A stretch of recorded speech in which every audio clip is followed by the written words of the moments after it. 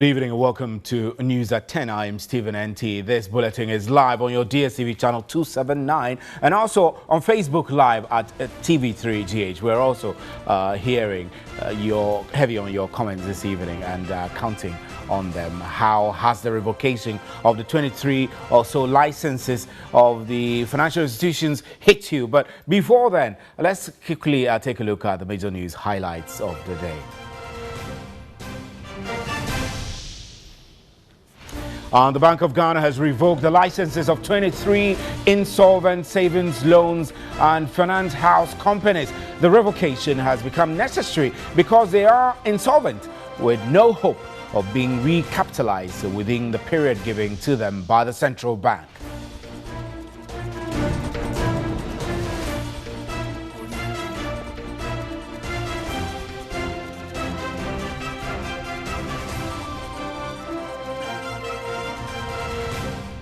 The Chairman and Chief Executive Officer of Group Indium, Dr. Papakwesi Indium, says the reasons put up by the Bank of Ghana for the revocation of the licenses of GN Savings are wildly inaccurate. In a statement released under the signature of Dr. Papakwesi Indium a few hours after the announcement from the central bank, the group chair said they have received no formal communication from the Bank of Ghana regarding the receivership.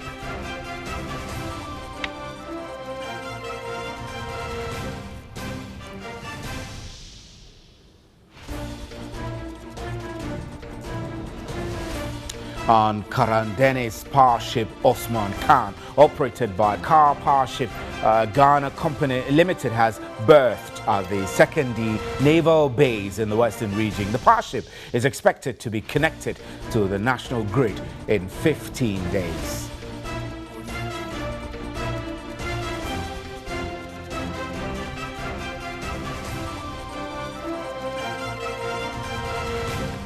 And government's boast on employment figures has come under scrutiny as the deputy ranking member on the Employment, Social Welfare and State Enterprises Committee of Parliament is accusing government of cooking up figures. Richard Kweshiga also rubbished the significance of the jobs created within the various ministries, departments and agencies.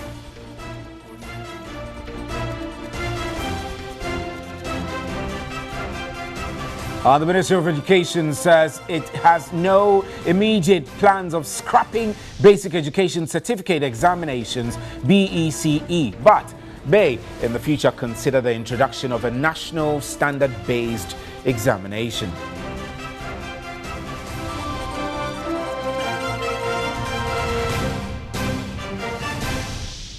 All right, so those who have major news highlights making rounds on the local scene. Up next is the big one.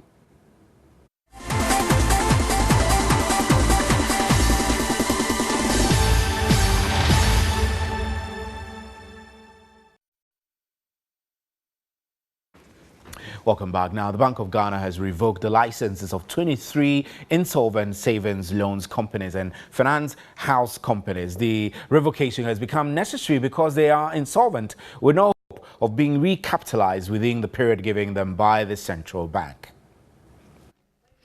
The action was taken in pursuant of the Central Banks Act 2016, Act 930, which requires the Bank of Ghana to revoke the license of a bank or specialized deposit-taking institution where the Bank of Ghana determines that institution is insolvent.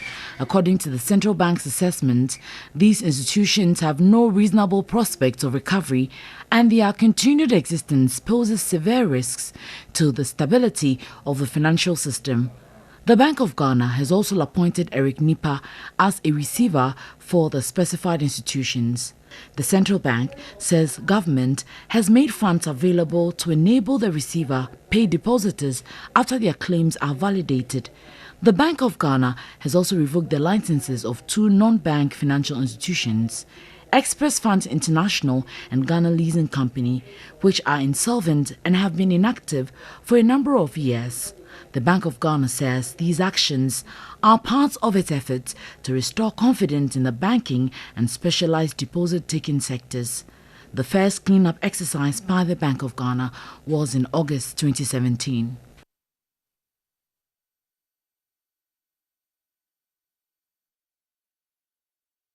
All right. Meanwhile, financial analyst and director of strategy and business operations at Daylex Finance, Joe Jackson, says one of the major issues that led to the revocation of these licenses of the finance companies is greed.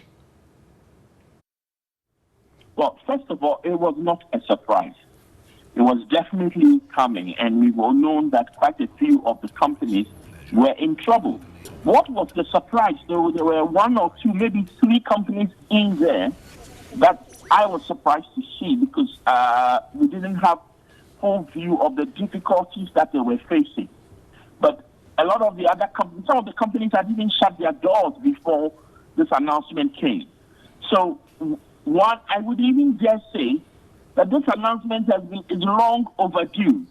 It is important that the central bank comes out clearly so that those that are still strong and in the market can get on with business. Right. The uncertainty was bad for business everywhere, and I'm very glad this has come out. But I must say that 1 or 2 names in there were surprised. Well, if you ask me, number 1 was a lot of recklessness. Number 2 was greed. Greed?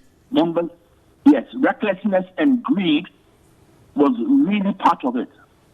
Because as financial institutions, we are custodians of our depositors' funds. And they are given to us in trust. And for you to get to the point of insolvency such that the central bank closes you down means it always boils down to a level of recklessness and greed. Definitely, the board of directors will have to carry some of the can. Governance was not good in a lot of these institutions, and the central bank itself has to carry a portion of the blame. Okay, we've gone from a situation of extremely poor regulation, and I always dare say that the 2 previous central governors did not do us any good. And they should, and all that is going on, they carry part of the blame.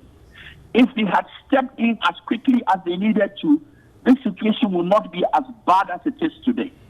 Well, first of all, these institutions were regulated by the central bank, and so there must be some form of deposit protection for their depositors. That we will expect announcements to come as the days go by, but remember that they are going to have to verify depositors' funds.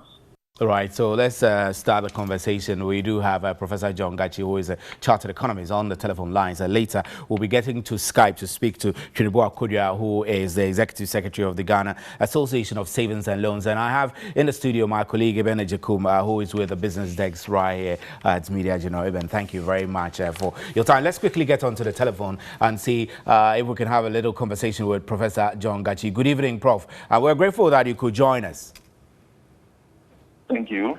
I know that the conversation has been whether or not the Bank of Ghana should be taking blame for all of this, especially since some of these banks have been insolvent way back as 2017. What are your thoughts on this new list, really, and some of the detailed reasons that have been provided? Well, I think those issues are not new. We all do know that it is not possible for the Bank of Ghana to put all the blame on the directors and shareholders and top management of these banks. If you look at the corporate governance architecture of the banking sector, it's such that if you are going to appoint top management, Bank of Ghana ought to approve after doing thorough investigation about the background and the professional pedigree of the person. That is the first commitment of Bank of Ghana as part of the process of corporate governance within the commercial banking sector. Secondly, they have supervision division. Beyond that, they also receive auditors' reports. They also monitor annual general meetings. They receive various kinds of reports for evaluation and decision making. So there is no way the Bank of Ghana will continue to tout that they are clean, and the whole problem is as a result of shareholders and directors. They are part of the game. And over 2 years now, nobody knows what Bank of Ghana is doing to itself. The only thing that they indicated earlier, that they are forming some kind of in-house team. They've done some changes in portfolios within the bank, and that is the end. So I think that we need to go beyond that and face the reality. When you say go beyond that and face the reality, what is the reality indeed?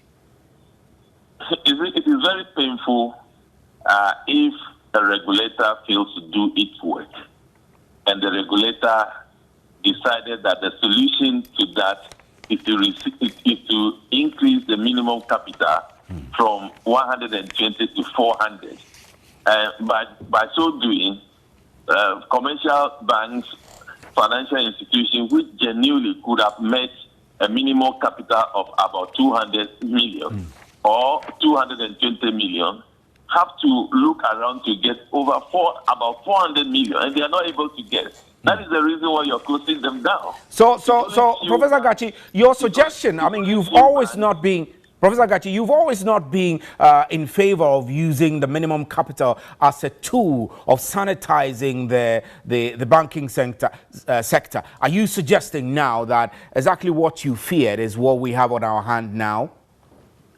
Exactly so, because assuming the Bank of Ghana decided to use a minimum capital of 200 or 300, definitely some banks would have met it. So some of them who were short of just about 80 million to meet the minimum capital. They couldn't meet it. So that tells you clearly that the level of the minimum capital is part of the problem. And what we are discussing today is a contagion effect from the collapse of the earlier banks that has actually affected the liquidity of savings and loan, microfinance, and asset management companies. So if we continue to say that these 23 savings and loan that we pull down, it is as a result of shareholders and as a result of directors, it is not absolutely true. They suffered from contagion effect, lack of liquidity, because their monies were locked up. But I mean, there are key questions of badly managed financial institutions. If you look at the reasons that have been cited by the central bank, some of these institutions were running into debts. I mean, into negatives, several millions of cedis. That couldn't have been the problem emanating from setting the minimum capital requirement. Well, these are problems that some financial institutions may be facing, but pause a little bit and ask yourself, if you have a responsible regulator will see these institutions operating like that for over 2 years. Then today they take these decisions. Then we don't have a regulator. Eben is here. Eben, so we have been talking, Professor Gachi is making mention of the fact that all of this could have had something to do with the Bank of Ghana setting a minimum capital requirements on the banks and demanding so much of them. But from what we have, I mean, the bank itself has said that with effect from today, it has completed a cleanup of the banking sector, specialized deposit taking and non-banking financial institutions, which began in August of 2017. It means that this is not something that just popped up. You were expecting us to get here, right? Yes, certainly. But for the governor to say that today's announcement marks the end of the cleanup, which I have a little bit of doubt, because I know for sure that they finished investigations in the rural and community banks.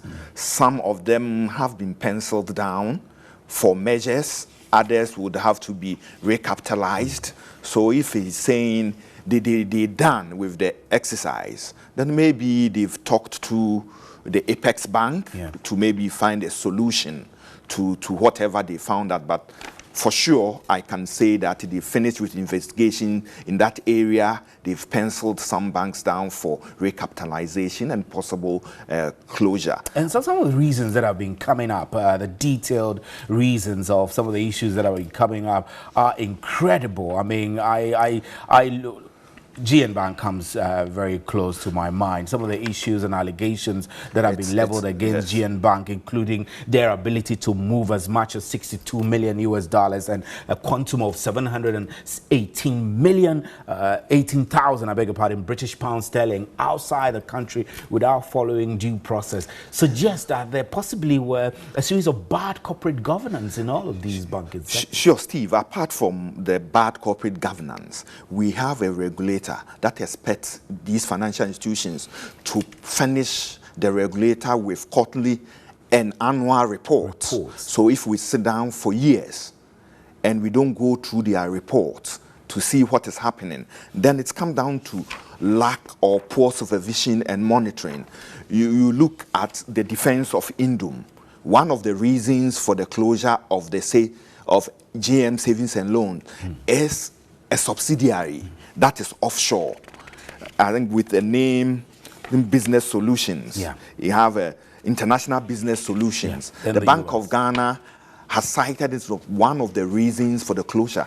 But Group Indum just released a statement saying that the information about International Business Solutions is false. International Business Solutions has two main business lines: management, consulting, and import and export. They are actually saying that all of the funds mentioned are comprised of payments of invoices for goods and services that company, international company, rendered here in Ghana. So for the Bank of Ghana to use that as justification was wildly inaccurate. Inaccurate. So even, I mean, there are quite a number of things. I mean, I only picked up the issue of GN Bank, and you were talking about a new statement which they have issued explaining that that money we're talking about were duly earned. Goods and services rendered here in Ghana. So it couldn't have been possible that you could state that as a reason for closing the savings and loans. Then one other thing that is coming up, 2 years down the line, we've not seen anyone punished. We've so far spent close to 14 billion cedis in the cleanup exercise. And we are still counting because a receiver can come out and say that what we realized initially is different from what we are seeing now. So the cost is going up. So it means we could go over the 14 billion we've used so far.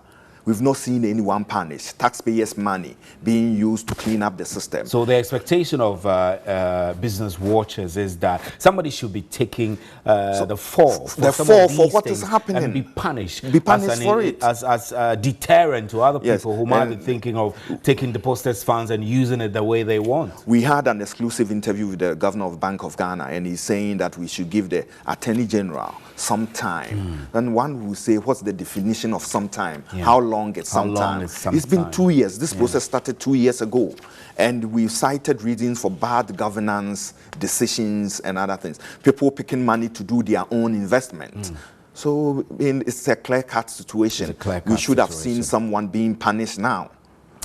Eben, we'll leave it here. I know that this conversation will continue. I'm Stephen Enti. This is News at 10 live from the News Hub at Desawe, Kanda, and Accra. You can follow us on Facebook. We're streaming live there, and also streaming live on 3news.com. We'll be right back with more news. Please stay. Don't go away.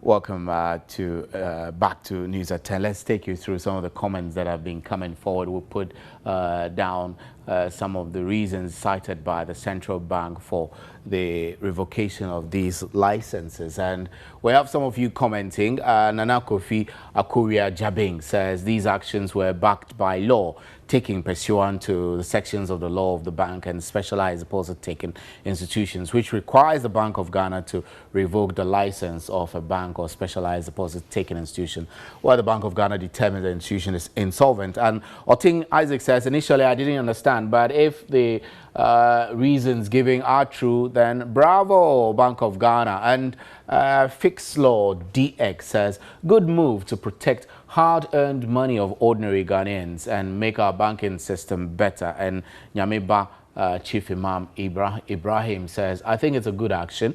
It will give way for the best to remain in the system. There are lots of so-called creditors in Ghana, but we Ghanaians want the Bank of Ghana to be fair in their action. God bless you for this program. Thumbs up. And Honorable Maspero Akwanda says, good move. I can now get my money at First Allied. Right, so the understanding is that the receiver will be paying all that is owed upon proof of evidence that that money is due you. And Samuel Rex says this government and his finance minister are full of greed. And Kofi A.C. Dako says this is politicians thinking they are smart, right? So that's the comments coming in. Let's take our last story and we're out of here. President Akufo-Addo says the increased pressure of the increased presence, of Ghana Armed Forces in the Upper East region is to help secure the country's borders. Addressing a Durbar of chiefs at Navrongo in the Upper East region, the president noted the initiative is part of efforts by government to make sure terrorists do not infiltrate the country to cause problems. President Akufo-Addo told the gathering that the soldiers are putting their lives on the line to enable the public feel secure. The president called on Ghanaians to support in terms of intelligence and information gathering. President Akufo-Addo recounted the vigilance of Messrs. Gregory Bagbemi and George Bonfondong, members of the Roman Catholic Church in Hamile in the Upper West region, who earlier this year, together with the church leaders, alerted the police about the presence in the church of an armed person who turned out to be a national of neighboring Burkina Faso. And we need all of us to pull together and understand that the very survival of our nation is what is at stake in this effort that the soldiers are doing. They're not doing it just for themselves, they're doing it for all of us. And I'm appealing to you to stand behind them and give them your maximum support so that they can carry out their duties efficiently and successfully for us. Touching on the One District, One Warehouse project, President Akufo-Addo said 9 are scheduled for construction in the Upper East region. The president appealed to the chiefs and people to help government combat smuggling of fertilizers for Planting for Food and Jobs program. And it's all of us, our money which is inside the program. It's not just the farmers. People sitting in the offices in Accra are contributing. Those sitting in the offices in Navrongo are contributing. It's not just the farmers. And then we have a handful of greedy people, a handful of greedy criminals, and they will use our money and smuggle our things to Burkina Faso. I am appealing to all of you. It is not right, and all of us should band together to stop the smuggling of our fertilizers to Burkina Faso. Right, so that's how we wrap up with News at 10. Thank you very much for your time. On behalf of the crew, good night. And there's more news at 3news.com. Have a great weekend.